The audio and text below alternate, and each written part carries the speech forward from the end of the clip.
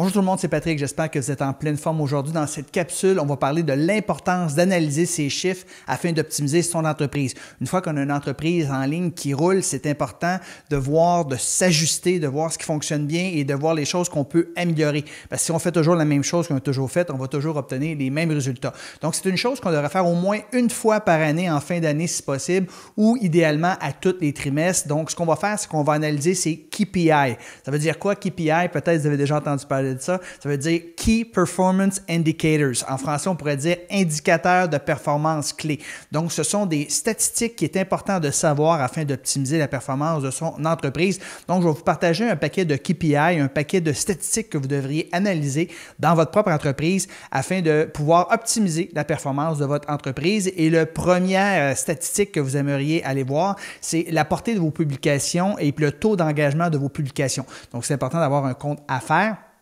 Et avec un compte affaires, que ce soit sur Facebook, sur Instagram, vous allez voir vos statistiques. Et c'est facile, ils vont vous montrer c'est quoi les publications qui ont eu le plus de reach, le plus de portée, puis ils vont vous montrer également les publications qui ont eu le plus d'engagement. Et comme vous savez, la clé du succès, ces médias sociaux, c'est de créer de l'engagement. Votre but, c'est de publier une publication que les gens ont le goût de cliquer like, qui ont le goût de faire un share, de partager, de commenter, qui ont le goût de enregistrer, save comme on dit. Mais la meilleure chose que vous pouvez faire, c'est si quelqu'un partage votre publication, là, évidemment, là, il va la montrer à son auditoire, vous allez vous faire connaître. Donc, allez voir dans vos statistiques, c'est quoi les publications qui ont le plus de portée et qui ont le plus d'engagement. Et s'il vous plaît, faites en sorte de publier davantage de ces publications-là dans la prochaine année. Dans mon cas, je me suis aperçu que les publications qui avaient le plus de portée et d'engagement, ce n'est pas nécessairement ce que je croyais. Je pensais que c'était des vidéos, mais ce n'est pas le cas. C'est des citations parce qu'effectivement, une citation, c'est facile à partager. Des gens ne partageront pas nécessairement une vidéo de vous, mais ils vont partager une publication que vous avez faite en notant que votre branding ne sera pas trop gros. Si vous mettez trop en avant votre branding, votre nom, bien, les gens n'oseront pas vous faire de la promotion gratuite, mais si c'est discret, les gens vont le faire. Un autre KPI qui est important à analyser, c'est le prix d'acquisition d'un prospect, surtout quand on parle de trafic froid. Donc, vous voulez aller chercher des leads, c'est un prospect. Comment ça vous coûte par lead? Si vous analysez vos statistiques et vous êtes aperçu qu'en moyenne, dans la dernière année, vous avez eu un coût d'acquisition de 3 $ ou 3 € par prospect, c'est bien. Mais si vous êtes capable d'optimiser vos publicités pour faire en sorte que votre coût d'acquisition descende à 2 $ ou à 1,50 $ ou euros par prospect, bien, ça veut dire quoi? Ça veut dire que tu vas pouvoir dépenser autant en budget publicitaire, mais tu vas avoir 2 fois de plus de leads à la fin de ton année. Donc, si vous avez 2 fois plus de leads à la fin de l'année et que vous avez un taux de conversion, je ne sais pas, je dis de 3 % par exemple, bien, c'est énorme à la fin de l'année. Donc, c'est une chose que vous devez analyser, votre coût d'acquisition. Informez-vous par rapport à votre industrie, vos compétiteurs, par rapport à comment ça leur coûte, eux autres, pour acquérir un client. Une stratégie très simple, peut-être, c'est au lieu d'utiliser le lead magnet, l'aimant client qui se trouve être un guide PDF, bien, il y a une stratégie hyper puissante, c'est d'avoir un quiz, par exemple. Alors, le coût d'acquisition par prospect lorsqu'on fait des quiz est inférieur à lorsqu'on offre un lead magnet. Un autre KPI à vérifier, c'est votre taux de conversion de votre page de capture. Une fois que les gens ont votre publicité, une fois qu'ils ont vu votre publicité puis atterrissent sur votre page de capture, la page de opt-in, c'est quoi le pourcentage de gens qui vous laissent leur adresse de courriel? Puis encore là, si vous êtes capable d'améliorer la qualité de votre page de capture, souvent on va faire des tests A et B pour améliorer la qualité de nos pages de capture. Si vous passez par exemple de 30 à 40 %, c'est-à-dire qu'au lieu de 30 % des gens qui vous laissent leur courriel, il y a 40 % des gens qui vous laissent leur courriel, ça va faire une différence énorme dans l'année qui s'en vient. Alors souvent, on va travailler à améliorer notre image ou on va changer notre image, on va peut-être mettre une vidéo à place d'une image, on va peut-être juste changer le script, juste changer le titre par exemple de notre aimant client peut faire une grande différence par rapport à la performance de notre page de capture. Un autre KPI que je vous suggère de vérifier, c'est le taux de conversion suite à un webinaire. Donc, si vous faites un webinaire, que ce soit en direct, automatisé, bien, regardez attentivement c'est quoi le pourcentage de gens qui ont assisté à votre webinaire versus le pourcentage de gens qui ont acheté le produit que vous avez à offrir à la fin. Par exemple, si vous apercevez que vous avez un taux de conversion de 2 %, c'est-à-dire qu'il y a 100 personnes qui écoutent votre webinaire, il y en a seulement 2 qui achètent, mais si vous êtes capable de passer votre taux de conversion de 2 à 5 %, ça va faire une différence énorme dans l'année qui s'en vient.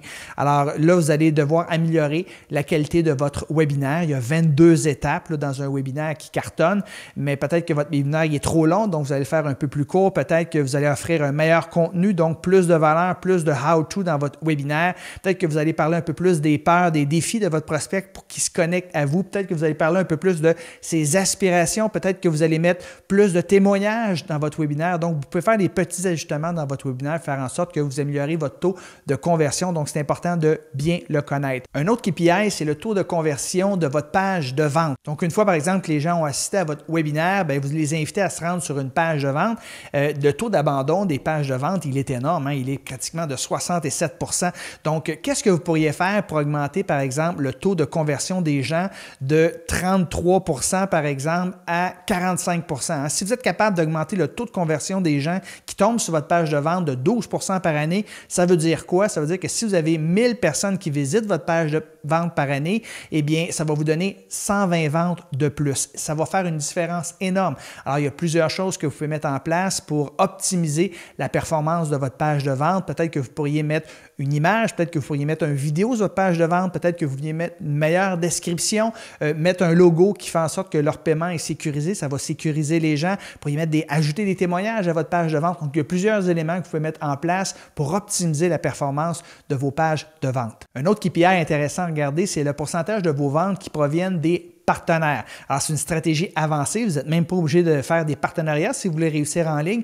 Mais si vous apercevez, par exemple, qu'il y a 10 % de vos ventes l'année dernière qui sont venues de partenaires affiliés, peut-être que vous dites, cette année, mon objectif, c'est de recruter 2 gros partenaires.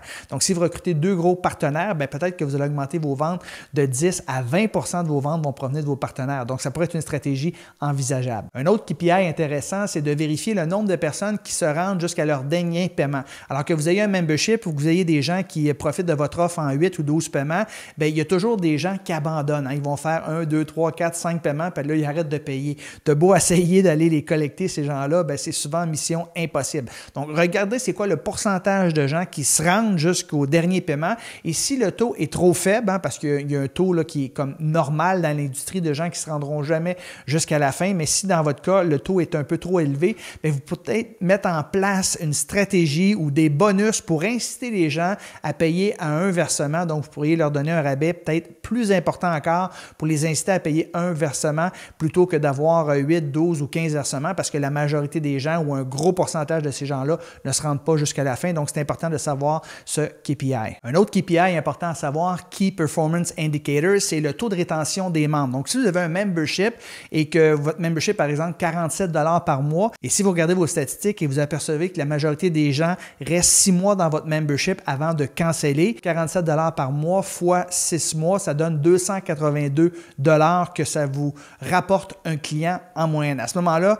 c'est intéressant, vous pouvez vous permettre de dépenser jusqu'à 282 $ pour acquérir un nouveau client parce que vous savez que ça va vous rapporter ça en moyenne. Donc, ça devient extrêmement intéressant pour établir ces budgets publicitaires à venir. Et un dernier KPI en terminant, très important, une fois que les gens ont acheté votre programme de coaching, de formation ou d'accompagnement, peu importe, c'est important de voir c'est quoi le taux de consommation de votre formation. C'est quoi le pourcentage des gens qui vont se rendre jusqu'au bout? C'est quoi le pourcentage que les gens ont consommé votre formation? Alors, si les gens consomment votre formation à 75 % et plus, c'est déjà très bien. Mais si la majorité des gens ne consomment que 10, 15 ou 20 % de votre formation à ce moment-là, bien, ils n'auront pas de progression, ils n'auront pas de résultats et vous n'aurez pas des beaux témoignages pour vendre vos futures formations, futurs programmes de coaching ou d'accompagnement. Donc là, vous allez voir qu'est-ce que vous pourriez mettre en place justement pour stimuler le fait que les gens passent à l'action et consomment votre formation plus rapidement. Comme dans mon cas, j'ai instauré un concours qui fait en sorte que si les gens ont consommé tant de formations en tant de temps, eh bien, je leur donne la possibilité de gagner une consultation 1 à 1 avec moi. Donc, ça incite les gens à consommer la formation. Et je sais que s'ils consomment la formation, ils vont obtenir des résultats, ils vont progresser, ils vont rester membres, dans le cas de mon membership, ou ils vont me donner des beaux témoignages parce qu'ils auront obtenu des résultats. Donc, en conclusion, analysez vos chiffres, ne serait-ce qu'une fois par année, c'est essentiel, préférablement une fois par trimestre, afin de pouvoir apporter des améliorations à votre entreprise, afin de pouvoir optimiser ce qui ne fonctionne pas. Mettez en application les idées que je viens de vous partager et je vous garantis que votre chiffre d'affaires sera supérieur l'année prochaine que l'année qui vient de se terminer. Sur ce, je vous souhaite bon succès.